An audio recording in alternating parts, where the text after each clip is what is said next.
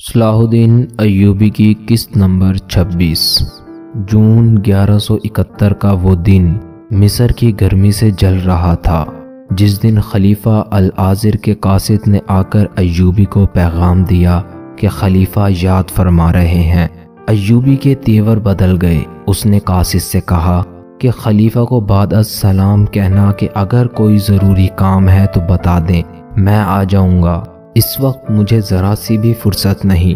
انہیں یہ بھی کہنا کہ میرے سامنے یہ جو کام پڑے ہیں وہ حضور کی دربار میں حاضری دینے کی نسبت زیادہ ضروری اور اہم ہے۔ قاصد پیغام لے کر واپس چلا گیا۔ وہ فاطمی خلافت کا دور تھا۔ مصر میں اس خلافت کا خلیفہ العازر تھا۔ اس دور کا خلیفہ بادشاہ ہوتا تھا۔ جمعے کے خطبے میں ہر مسجد میں اللہ اور رسول کے بعد خلیفہ کا نام بھی لیا جاتا تھا۔ عیش و عشرت کے علاوہ انہیں کوئی کام نہ تھا۔ اگر نور الدین زنگی اور صلاح الدین نہ ہوتے تو اس دور کے خلیفاؤں نے تو سلطنت اسلامیہ کو بیچ کھایا تھا۔ العازر ایسا ہی کوئی خلیفہ تھا۔ ایوبی مصر میں گورنر بن کر آیا تو خلیفہ نے شروع میں کئی بار اس کو اپنے پاس بلایا۔ ایوبی کو سمجھ آ گئی کہ خلیفہ اس کو صرف اس لیے بلاتا ہے کہ ایوبی کو احساس رہے کہ حاکم خلیفہ ہے، وہ نہیں۔ وہ سلطان ایوبی کو جب بھی بلاتا بنا مقصد کے بلاتا تھا۔ ایوبی نے جنگوں کو جیتنے کے بعد خلیفہ کو ٹالنا شروع کر دیا تھا۔ اس کے محل کی شان و شوکت سے اس کے دل میں آگ لگی رہتی تھی۔ محل کی عیاشی کا یہ عالم تھا کہ کھانے پینے کے برتن سونے کے تھے، شراب کی سرائی میں ہیرے جڑے ہوئے تھے اور حرم مختلف ملکوں کی لڑکیوں سے بھرا ہوا تھا۔ یہ اس قوم کا خلیفہ تھا جس کو اللہ کا پیغام ساری دنیا میں پھیلانا تھا اور کفر سے جنگ کا سامنا تھا۔ سلطان ایوبی کو خلیفہ کے کچھ اور باتیں بھی کھائی جا رہی تھیں۔ ایک یہ کہ خلیفہ کا محافظ دستہ سوڈانیوں اور قبائلیوں کا تھا جن کی وفاداری مشکوک تھی۔ دوسری یہ کہ خلیفہ کے دربار میں سوڈان کے باغی اور برطرف کیے ہوئے کماندار اور نائب سالار خصوصی اہمیت کے حامل تھے۔ صلاح الدین ایوبی کے حکم سے علی بن سفیان نے محل میں اپنے جاسوس بھیج دیے تھے۔ ان کی معلومات کے مطابق خلیفہ سوڈانی کمانداروں کے زیر اثر تھا۔ وہ بوڑھا خلیفہ خوبصورت عورتوں کی محفل میں خوش رہتا تھا۔ اس کی اسی کمزوری سے صلاح الدین ایوبی کے مخالفین فائدہ اٹھا رہے تھے۔ 1171 کے دوسرے تیسرے مہینے میں خلیفہ کے حرم میں ایک جوان اور خوبصورت لڑکی کا اضافہ ہوا۔ حرم کی جاسوس عورتوں نے علی کو بتایا کہ 3-4 آدمی آئے تھے۔ وہ عربی لباس میں تھے۔ وہ اس لڑکی کو بھی ساتھ لائے تھے۔ ان کے پاس بہت سے تحفے بھی تھے۔ وہ لڑکی انہی تحفوں میں سے ایک تھی۔ اس لڑکی کا نام ارارہ بتایا گیا تھا۔ اس نے خلیفہ پر جادو سا کر دیا تھا۔ وہ بہت ہی ہوشیار اور چالاک لڑکی تھی۔ سلطان ایوبی کو خسر خلافت کی تمام ان خرافات کا علم تھا، لیکن اس کی حکومت پر گرفت ابھی اتنی مضبوط نہیں ہوئی تھی کہ وہ خلیفہ کے خلاف کوئی کارروائی کر سکتا۔ اس سے پہلے گورنر اور امیر خلیفہ کے آگے جھکے رہتے تھے، اسی لیے مصر بغاوتوں کی سرزمین بن گیا تھا۔ وہاں اسلامی خلافت تو تھی مگر اسلام کا پرچم سرنگو ہوتا جا رہا تھا۔ فوج اسلامی سلطنت کی تھی مگر سوڈانی جنرل شہری حکومت کی باغ دوڑ ہاتھ میں لیے ہوئے تھے اور ان کا رابطہ صلیبیوں کے ساتھ تھا۔ انہی کی بدولت قاہرہ اور اسکندریہ میں عیسائی کنبے آباد ہونے لگے تھے۔ ان میں جاسوس بھی کافی مقدار میں تھے۔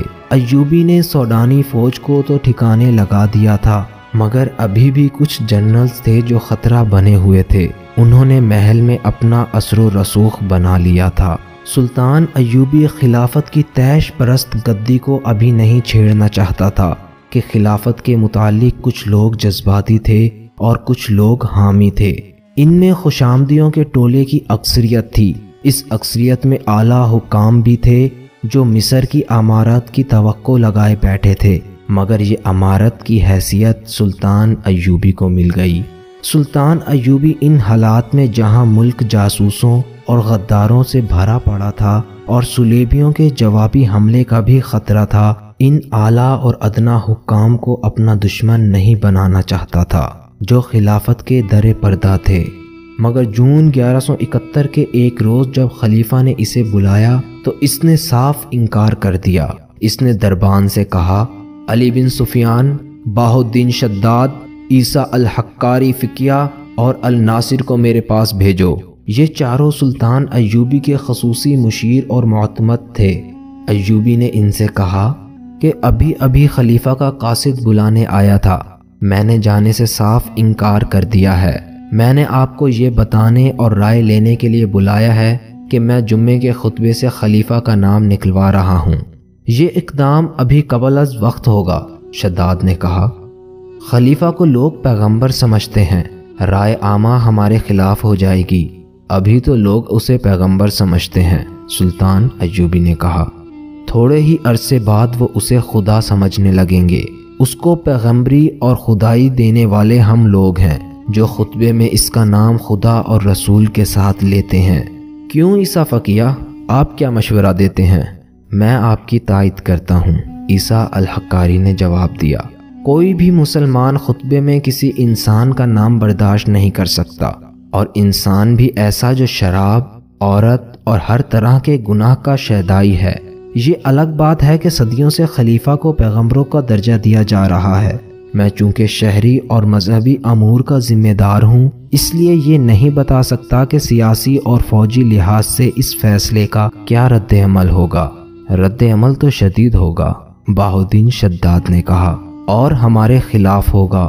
اس کے باوجود میں یہ مشورہ دوں گا کہ یہ بدعت ختم ہونی چاہیے، یا خلیفہ کو پکا مسلمان بنا کر لوگوں کے سامنے لایا جائے، جو مجھے ممکن نظر نہیں آتا۔ رائے عامہ تو مجھ سے بہتر کون جان سکتا ہے، علی بن سفیان نے کہا۔ عام لوگوں نے کبھی خلیفہ کی شکل نہیں دیکھی، وہ العازر کے نام سے نہیں، سلطان صلاح الدین ایوبی کے نام سے واقف ہیں۔ میرے محکمے کی مصدقہ اطلاعات کے مطابق آپ کے 2 سالہ دور میں لوگوں کی ایسی ضروریات پوری ہو گئی ہیں جو انہوں نے پہلے کبھی نہیں سوچی تھی۔ شہروں میں ایسے مطب بھی نہیں تھے جہاں لوگ معمولی بیماریوں سے مر جاتے تھے، مگر اب سرکاری مطب کھول دیے گئے ہیں، درسگاہیں بھی کھول دی گئی ہیں، تاجروں اور دکانداروں کی لوٹ کھسوٹ ختم ہو گئی ہے، جرائم بھی کم ہو گئے ہیں، اور اب لوگ اپنی مشکلات اور فریادیں آپ تک براہ راست پہنچا سکتے ہیں۔ آپ کے یہاں آنے سے پہلے لوگ سرکاری افسروں اور فوج سے خوف زدہ رہتے تھے، آپ نے ان کو حقوق بتا دیے ہیں اور وہ خود کو ملک و ملت کا حصہ سمجھنے لگے ہیں۔ خلافت سے انہیں بے رحمی اور بے انصافی کے سوا کچھ نہیں ملا، آپ نے انہیں عدل و انصاف اور وقار دیا ہے۔ میں وثوق سے کہہ سکتا ہوں کہ قوم خلافت کی بجائے امارت کے فیصلے کو قبول کرے گی۔ میں نے عدل و انصاف دیا ہے کہ نہیں؟ ایوبی نے کہا، میں نے قوم کے حقوق اسے دیے ہیں یا نہیں میں نہیں جانتا۔ میں قوم کو ایک بیہودہ روایت نہیں دینا چاہتا، میں قوم کو کفر و شرک نہیں دینا چاہتا۔ ضروری ہو گیا ہے کہ اس روایت کو توڑ کر ماضی کے کوڑا دان میں پھینک دیا جائے۔